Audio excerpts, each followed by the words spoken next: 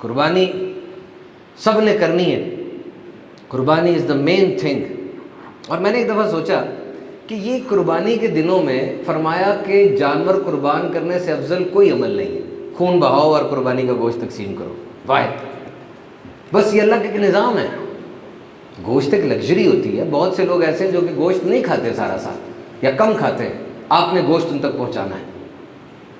قربانی ہر امت میں رہی ہے۔ حضرت آدم علیہ السلام کے بارے میں آپ نے سنا ہوگا، ان کے دونوں بیٹوں کو قربانی کا حکم ہوا تھا، حابیل کو اور قابیل کو۔ ایک کی قربانی قبول ہوگی، قبول نہیں ہوئی، اور یہ مختلف شیپ میں رہی ہے۔ زمانہ جاہلیت میں وہ لوگ کیا کرتے تھے، جانور قربان کرتے اور خانہ کعبہ کی دیواروں میں اس کا خون مل دیتے اور بتوں کے آگے گوشت رکھ دیا کرتے تھے، یہ ان کا طریقہ تھا۔ تو فرمایا نہیں، قربانی صرف اللہ کے لیے، اونلی فار اللہ۔ اتنی بڑی بات ہے، اتنا بڑا دن ہے، اس دن اللہ کا کتنا ذکر ہوگا۔ کب سے شروع ہوگا ذکر؟ عید کی نماز سے، زائد تکبیریں۔ اور عید کی نماز تو ساری پڑھنے جاتے ہیں، بہت سے لوگ جاتے ہیں جو نمازیں نہیں پڑھ رہے ہوتے، سب زائد تکبیروں میں اللہ اکبر کہیں گے، اور اس کے بعد جانور کو گرایا جائے گا تو بسم اللہ اللہ اکبر اللہ اکبر اللہ اکبر کہا جائے گا۔ کتنا اللہ کا ذکر بلند ہوگا، اور یہ نشانی ہے۔ اگر آپ کسی ایسی جگہ پر ہیں، آپ کو پتہ نہیں آپ مسلمان رہتے ہیں غیر مسلم رہتے ہیں، آپ کو جگہ کا پتہ نہیں چل رہا، لیکن وہ 10 ذی الحج ہے اور لوگ ذبح کر رہے ہیں جانوروں کو، اور وہاں قربانی کا ماحول ہے، فوراً کہیں گے یہ مسلمانوں کی جگہ، کیونکہ 10 ذی الحج کو مسلمان ہی جانور ذبح کرتے ہیں۔ یہ نشانی ہے۔ بس یہاں پہ یہ یاد رکھنا، دل کے اندر ریا نہیں آنے دینی۔ ایسا نہ ہو کہ آپ کا 50 لاکھ کا جانور وہ رائے گاہ چلا جائے اور اس بیچارے نے جو 1 سال کا مسا پورا بکرا تھا وہ ذبح کیا، وہ اس کو پل صراط سے پار کرا دے۔ یار کوئی تو ہونا جو دل کی طرف نظر کرے۔ ہمارے کتنے چہرے ہیں، ایک دکان پہ چہرہ الگ ہے، بیوی کے سامنے الگ ہے، تنہائی میں الگ ہے، ساتھ ساتھ ماسک چڑھائے ہوئے ہم نے۔ اصل کیا ہے؟ یاد رکھنا رب کی نظر اس پہ ہے۔ جب جانور لے رہے ہو، سیلفی لے رہے ہو، سارے خاندان والے کھڑے ہیں، محلے دار کھڑے ہیں، ایک ایک کو دکھا رہے ہو، سب کر رہے ہو، میں شک نہیں کر رہا، لیکن صرف اتنا کہہ رہا ہوں کہ ضائع نہ کر دینا۔ اس تک تمہارا جانور نہیں پہنچنا، گوشت نہیں پہنچنا، کھال تو مدرسے نے لے جانی ہے، خون تو گٹر میں بہہ جانا ہے۔ اس تک کیا پہنچنا ہے؟ تمہارے دل کا تقویٰ۔ میں نے اللہ تیرے لیے قربانی کی۔ ظاہری بات ہے ایک بندہ بت کے پاؤں میں رکھ کے جانور ذبح کر رہا ہے تو سب کو پتا بت کے لیے قربانی کر رہا ہے، اور ایک گرا کے جانور کو اللہ اکبر پڑھ رہا ہے تو وہ اللہ کے لیے قربانی کر رہا ہے۔ قربانی ہر امت میں رہی ہے، اور یہ بڑا پیارا ریچول ہے، it's a very good ritual. کسی نے مجھ سے پوچھا ہے قربانی اسلام میں کرتے ہیں، مطلب اس کی لاجک کیا ہے؟ دیکھو میری بات سنو، یہ جانور نا ہمارے ساتھی ہیں، یہ ہمارے ساتھ رہتے ہیں۔ کچھ جانور ہمارے ساتھ رہتے ہیں، کتے، بلیاں، چھپکلیاں، مرغی وغیرہ، اور کچھ ہمارے ساتھ نہیں رہتے، جیسے ہاتھی ہے، شیر ہے، وہ الگ رہتے ہیں۔ 87 لاکھ قسم کے جانور دنیا میں پائے جاتے ہیں۔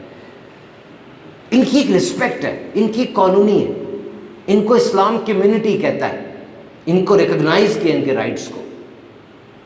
آپ بتائیں قرآن مجید کی سب سے بڑی سورت کیا ہے؟ یہ جانور کے نام پہ بکرا، اور بھی کتنی صورتیں جو جانور کے نام پہ ہیں نا، اور کتنے جانوروں کا ذکر آیا قرآن مجید میں، کتنے گدھے کا، خچر کا، چونٹی کا، ریکگنائز کرتا ہے۔ اسلام پوری گائیڈنس دیتا ہے جانوروں کے بارے میں۔ اسلام سے پہلے جانور کھڑا ہوتا تھا، آپ کو اس جانور کا جو پیس پسند ہے نا، جائیں جا کے وہ پیس اتار لیں، پورا جانور تڑپ تڑپ کے مر جاتا تھا۔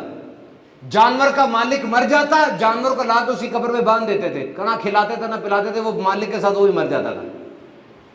اسلام نے منع کیا، ایک طریقہ ہے، وہ بکرا ہے، کتنے پیار سے اس کو آپ خریدتے ہیں، اس کو آگے بیچنے کی بھی اجازت نہیں ہے، اس کو پاس رکھتے ہیں، بچے اس کے ساتھ کیسے مانوس ہو جاتے ہیں، اور اب اس کو طریقے سے ذبح کرتے ہیں۔ ذبح کرنے کا پورا انداز بتایا گیا، جس نے شراب پی ہے، جو نشے میں ذبح نہیں کرے گا، ایک جانور کو دوسرے کے سامنے ذبح نہیں کرنا، کند یعنی غلط چھری سے ذبح نہیں کرنا، طریقہ بتایا پورا۔ اور میرے پاس تحقیق ہے پوری 36 پیجز پر، امریکن سرجنز نے یہ تحقیق لکھی تھی کہ Islamic slaughter is the best slaughter. جانور کا گوشت استعمال کرنے کے جتنے دنیا میں طریقے ہیں، سب سے بہترین طریقہ یہ ہے. میرے پاس تحقیق ہے، لیکن ہمارے پاس میڈیا نہیں، ہم بتا نہیں سکتے. کیسے؟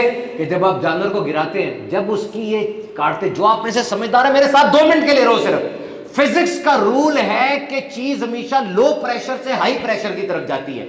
جب آپ نے یہاں پہ ڈیپ سوئفٹ کٹ لگایا، ایک یہاں پہ چیرا لگایا بڑا، تو یہ ہائی پریشر ہو گیا نا، یہاں پہ پورے جسم کا خون پریشر کے ساتھ باہر آتا ہے. اور جب یہاں پہ کٹ لگ گیا تو صاف خون تو دماغ کو جا ہی نہیں رہا، اور درد محسوس کرنے کا سینسر تو دماغ میں ہے. جب اس کو صاف خون جا نہیں رہا، بکرے کو وہ لیول کی درد نہیں ہو رہی جتنا آپ سمجھ رہے ہیں، کیونکہ درد تو دماغ نے محسوس کرنی ہے، اور دماغ تک تو صاف خون جا ہی نہیں رہا. ہاں وہ ٹانگے مارتا ہے، اسے کہتے ہیں کنولجنز. کنولجنز یہ ایک نیچرل رسپانس ہے، اور اس کا فائدہ اتنا ہوتا ہے کہ جب وہ ٹانگے مارتا ہے جسم سے بچا کچا خون بھی سارا باہر آ جاتا ہے، گوشت بالکل خالص ہوتا ہے اور بہترین ہوتا ہے. میں نے ڈاکومنٹریز دیکھی ہیں، فرانس میں، انگلینڈ میں لوگ آتے ہیں چھپ چھپ کے کہتے ہیں ہمیں مسلمانوں کا ذبیحہ دیں. ان سے پوچھا گیا یہ کیوں مانگ رہے ہو؟ کہا یہ بڑا مزیدار ہوتا ہے کیونکہ بالکل پیور ہے. اور ذبح کا طریقہ بہترین کون سا ہے؟ میں بتاتا ہوں. وہ جس میں پیسہ کم لگے، وہ جو ہر جگہ پر کیا جا سکے، اور وہ جو آسان ہو. تو اسلامی ذبیحہ دیکھ لیں آپ.